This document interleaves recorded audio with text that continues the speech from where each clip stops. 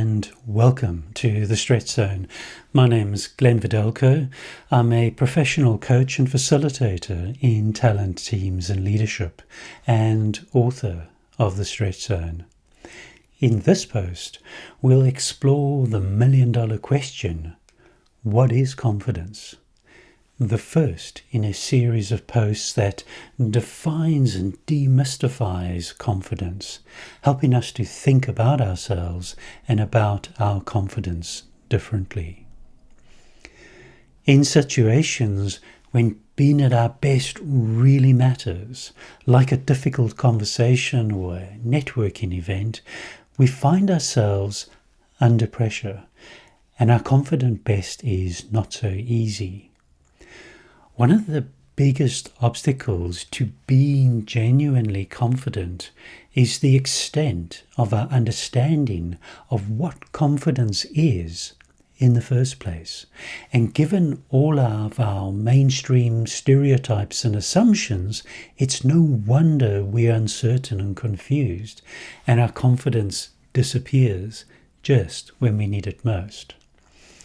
So if you're worried you don't really know what confidence is, neither do most people. And if you're worried that your confidence disappears just when you need it most, it doesn't mean there's something wrong with you, that you lack confidence.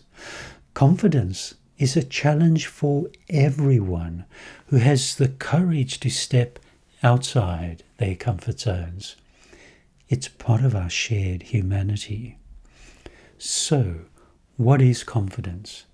How can we step aside from the cliches and misconceptions and demystify confidence in a way that makes a difference in practice? In our busy, hurry-up world, taking time out to understand confidence might seem like an unnecessary indulgence, where we could be exploring what actions we need to take. And that's a good thing. However, before we climb up life's ladder, we need to make sure it's leaning against the right wall. And in this way, the wise put knowledge before action. We cannot realistically hope to be confident when we don't really know what confidence is in the first place. Or even worse, if our understanding of confidence is based on misleading stereotypes and assumptions that only cause confusion and limitations. Being genuinely confident begins with understanding what it is and what it isn't in practice. Throughout 20 years of confidence coaching, I've asked my clients the million-dollar question: what does confidence mean to you? Countless times over the years. And the answers to this seemingly simple question are actually incredibly interesting, as people from all walks of life, from all backgrounds and cultures, from all levels and experience, tend to answer this question in a very consistent way. Almost always, the response begins with a pause, as people stop and think, trying to find the words. And this easily overlooked observation speaks volumes about why we struggle with confidence in the first place. So how can we make sense of this? While confidence is a word we use in everyday conversations, as soon as we asked to put our understanding into words, we quickly find we're not as clear as we might think. And this is a consistent observation all around the world. So if you found yourself struggling, don't worry, so do most people. Confidence is a seemingly elusive, complex concept, and it's no surprise we're not as clear as we might think, and all we have to go on are mainstream misconceptions and cliches stereotyping confidence. In response to the question, what does confidence mean to you? A frequent response is, confidence is about believing in yourself, which is true, but it doesn't really help, as it only replaces one complicated concept with another, and that doesn't help. If it was going to make a difference, it would have happened a long time ago. So what actually is confidence? What are some of our mainstream misconceptions about confidence? Well, firstly, confidence is not an object we can have. I cannot put confidence inside my pocket and then take it out like an object when I need it.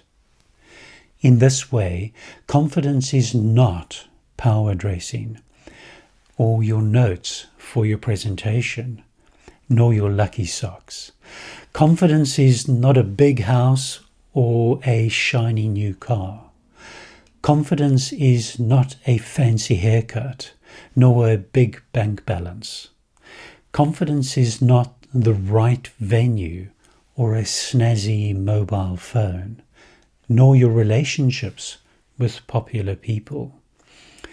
Confidence is not a promotion, a new desk, nor a big job title. Confidence is not a big circle of the right friends. Confidence is not a certificate of qualification, nor the letters behind your name, nor the diploma that's hanging on your wall. While there's nothing wrong with any of these things, the reality is these objects are simply not confidence. And in spite of all we repeatedly hear from mainstream, that does not make these objects confidence in any real way. People can have these objects in abundance and still experience a significant lack of confidence under pressure.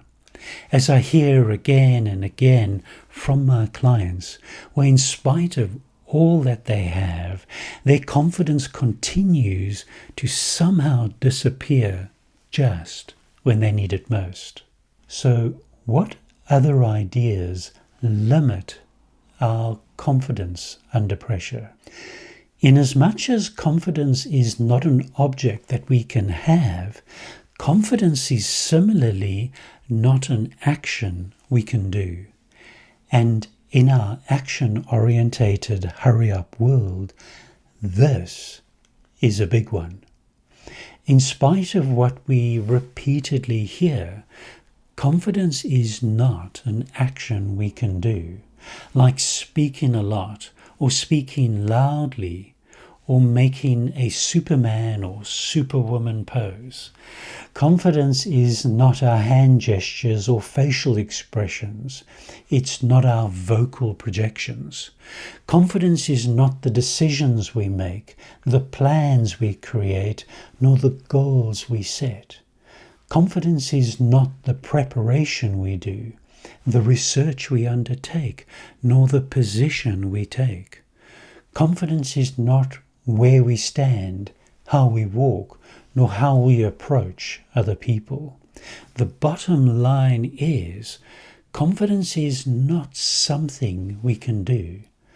Confidence is only something we can be. The reality is, these actions are not confidence. They are merely actions or behaviors, and they may or may not be confidence. And while it might not occur to us, the reality is we can do absolutely nothing with complete confidence. In this way, confidence is something far deeper and more profound than objects we think we have and our actions we think we do. When we step away from the hype and stereotypes, when we ask ourselves some searching questions, stepping aside from what we think we know, what we find is something profoundly simple, where we can define confidence in one single word. At its essence, confidence is a state, our inner state of being. And as our state of being, our inner confidence is far deeper and more powerful than our thoughts, feelings, speech, and actions. And similarly, all the objects in the world are things that are out there, outside ourselves. And our inner state of confidence is not so much out there as in here, inside us, inside each one of us.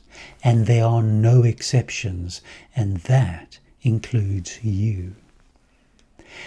In our desperation, when we try and put on a show with a pretense of manufactured pseudo-confidence, attempting to mask our apparent lack of confidence with words and behaviors or power dressing or a Superman pose, it's like building your house on sand. The pretense quickly fades due to lack of substance behind the facade. And as much as we see through it ourselves, so does everyone else. It's really a question of congruence and authenticity.